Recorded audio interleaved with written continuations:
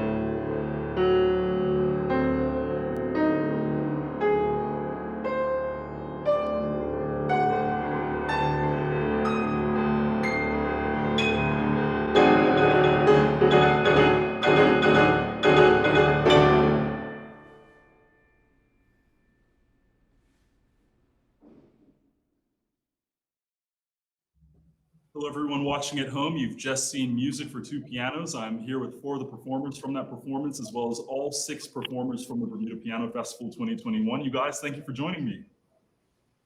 Thank you, Greg. Yeah, so I must say, 3 of the words that came to me and I watched all of your performances are talent, intensity, and passion. I think all of you guys brought those 3 things to your performances. I just want to say thank you for sharing that with the people of Bermuda. So going straight into it, I have a few questions for you guys. So I'll start with the group questions first. The first question is, how has music gotten each of you through the last year and a half of the pandemic?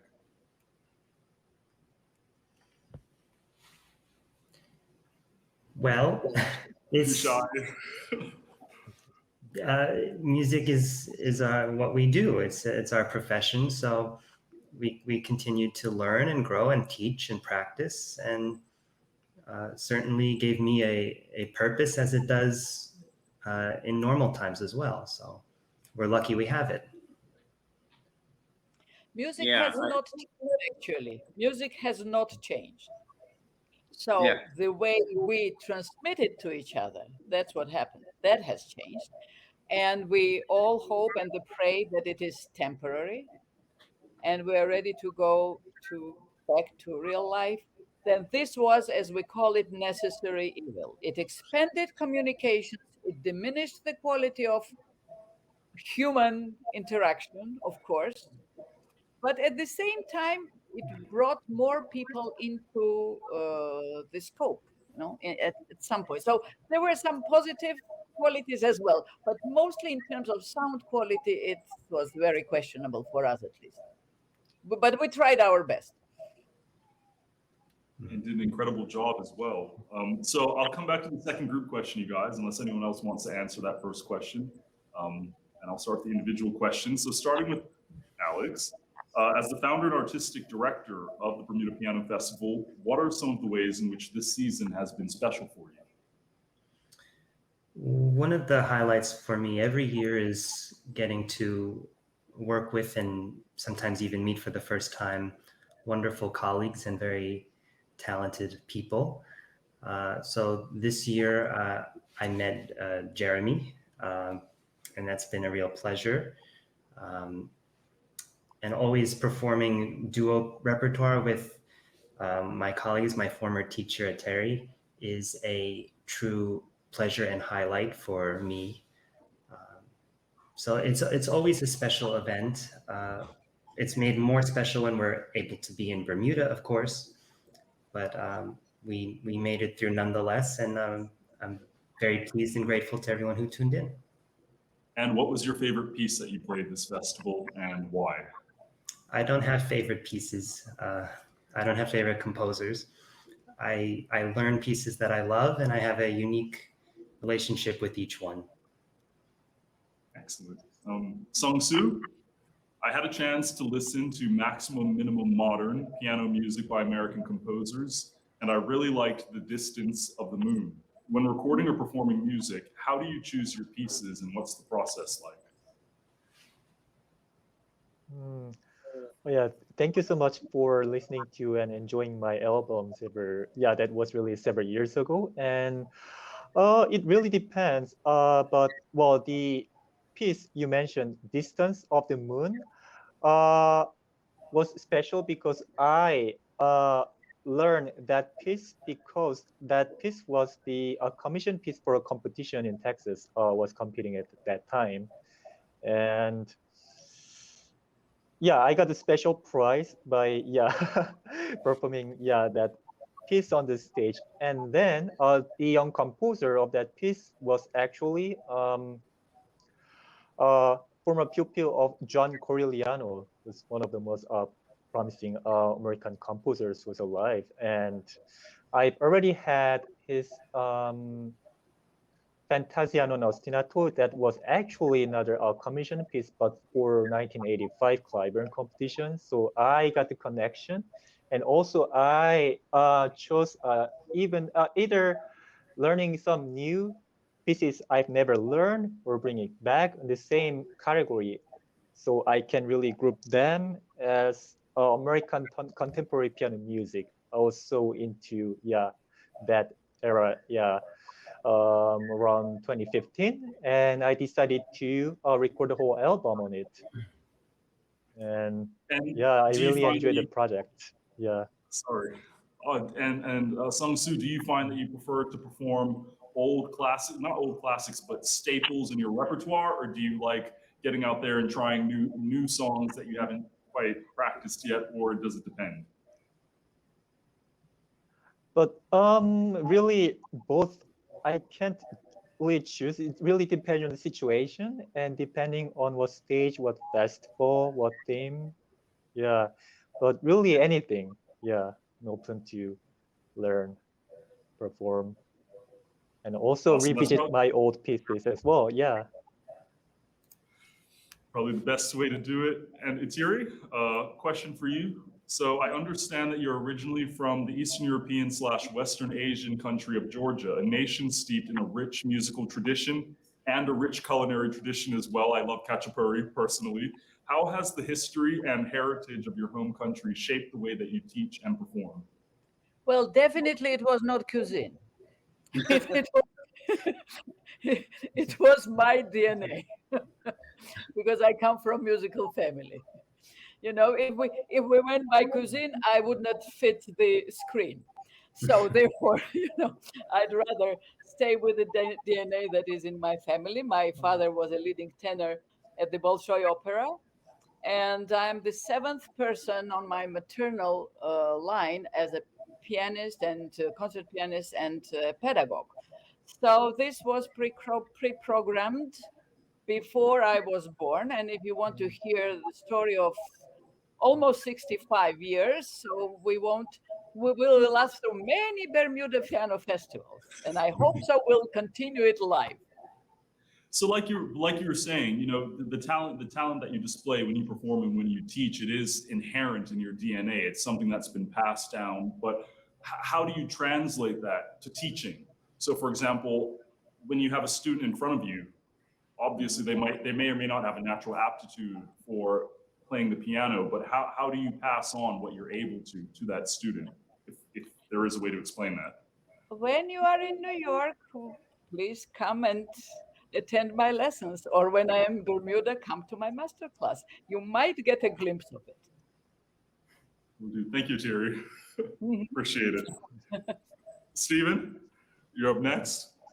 Reading your biography, I was caught by your acknowledgement of incorporating various aspects of artistic expression, such as poetry, film, and cuisine, into your performances. What is the creative process behind choosing the elements that you decide to use in a given performance, and what recent or upcoming performance of yours are you most excited for?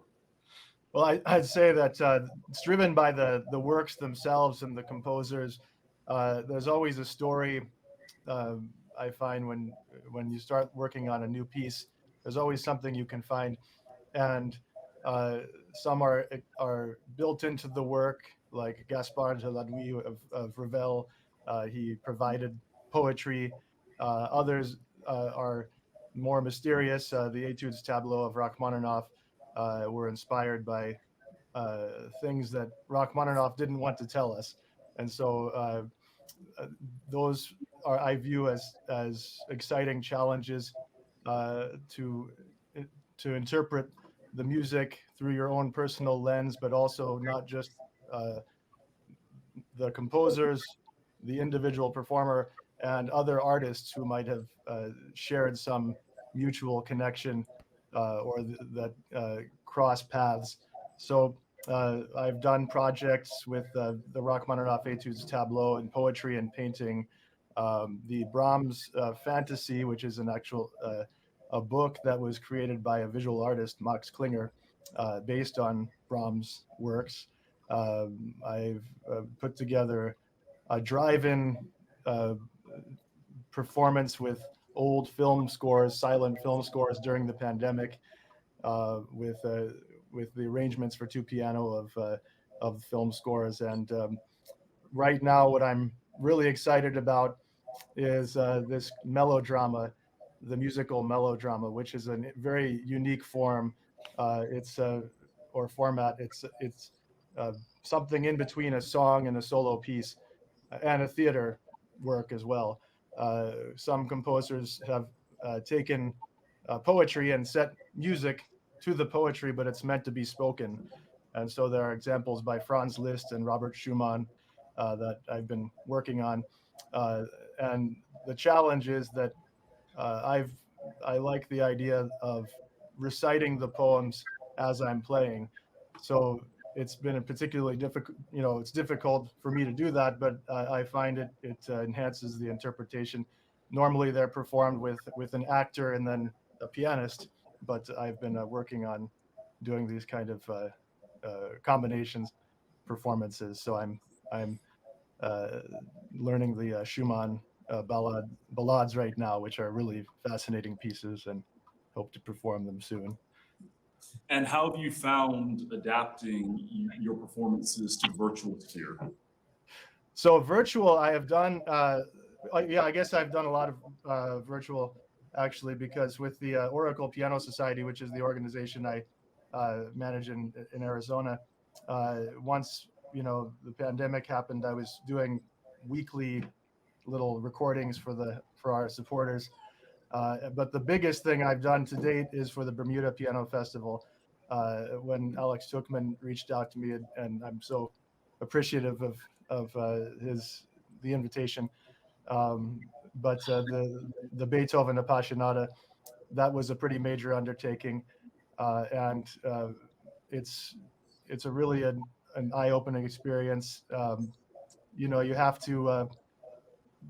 to get into this mode of replacing the audience, because you're playing to a lens, and I found that a little challenging, because you derive energy from the audience. People, you feed off that as a performer, and so trying to manufacture that can be difficult, but you just have to use your imagination more, which artists are good at anyway. So it's an exercise, I think, in imagination related to the virtual medium.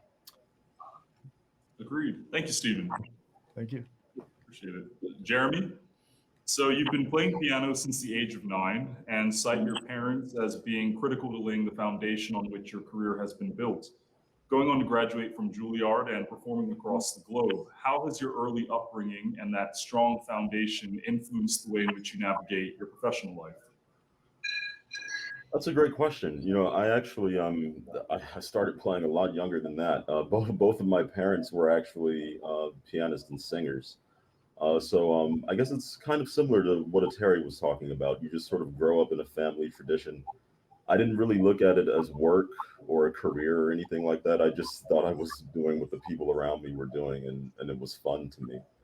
And I think I've always tried to maintain that in my professional, sort of environments that I enter, is that I always, try to behave and perform, as a consummate professional should. But my priority ultimately is just enjoying it and having fun. That's the reason that I started in the very beginning, and that's the reason that I'm still doing it now. And I guess in some ways it kind of speaks to your earlier question about how did music get me through everything that was happening the last couple of years.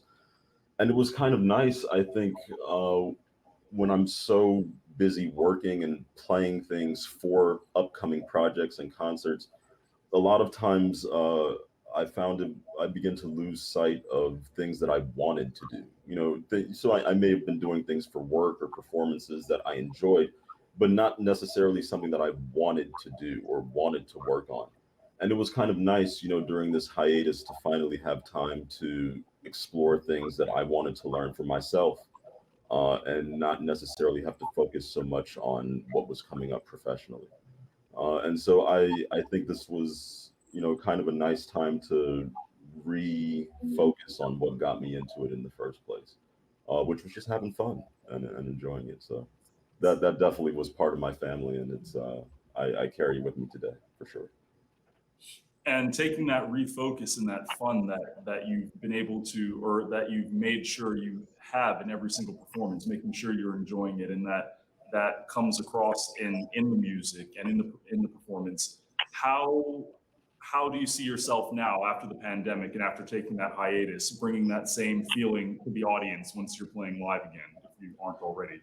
Yeah, that it's great. If anything, I've done a few live performances recently, and I feel like the audience has changed much more than I have. I still kind of feel the same way. Like I was having fun playing remotely, playing by myself, playing for people. Like I just like to play. But now I think that people have had a hiatus from that sort of connection with a live performer. To my surprise, they were actually much more enthusiastic about it than I was, which is great. So it was just nice to see people having fun, and to see people. I think it was sort of one of those things you don't realize how much you miss it until it's gone. And in the few concerts that I've had and performances that I've had, people have just been so happy to be in a room with other people hearing music, and that makes it more fun for me anyway. So it's been great. Jeremy, thank you very much. Yeah, my pleasure. Santiago, question for you. So you're originally from Guadalajara, Mexico, being the first Latino pianist to be admitted to the Horowitz piano competition in Kyiv, Ukraine, which is one of my favorite cities, but one that obviously doesn't have many Latino residents.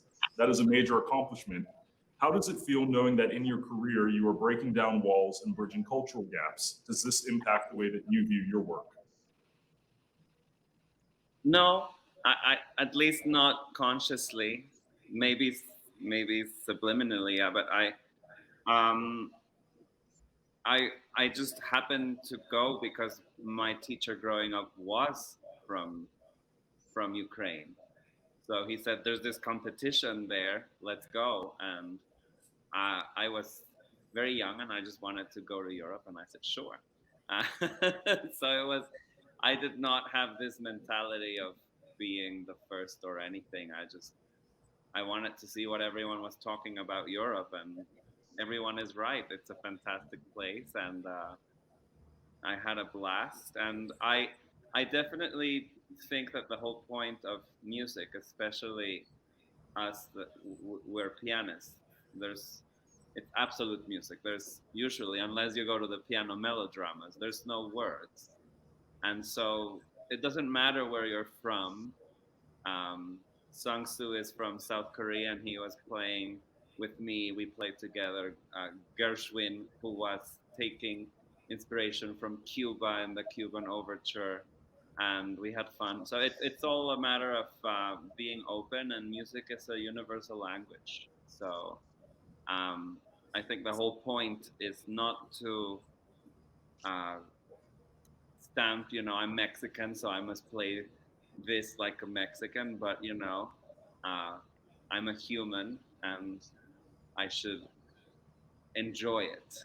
So that's, I don't know. I don't really think about being Mexican a lot. What would you say? You talk about performances being unifying, which it is, and I mean this call and the fact that we're all coming from different backgrounds and walks of life, I mean, is a testament to that. What was one of the most recent shows or performances that you played where you felt that transcended kind of connection with either the other performers or the audience that was watching? Hopefully every performance I go to, either as a performer or as an audience member, I want to feel that. And usually it happens. And that's the magic. And I definitely felt that when I was in this concert that we just listened, when I was either turning pages, I was there, I was experiencing it, or when I was playing. So yeah, the whole point of it is the communication without, in our case, without words, which makes it more abstract and more profound. So yeah. Santiago, Stephen, Eteri, Jeremy, Alex, Sung-Soo, thank you so much for your time, and thank you so much for this interview. Incredible performances across the board for the Bermuda Piano Festival 2021. We're going to throw it back to Alex now. Alex, thank you so much for taking time out, for putting this incredible lineup together, for bringing your talent to the table, not just for the viewers that are watching in Bermuda, but around the world. if you could please tell us, Alex, a little bit about the charitable donation initiative that the Bermuda Piano Festival is running this year. Thank you, Greg. The Bermuda Piano Festival does depend on the generosity of businesses and individuals.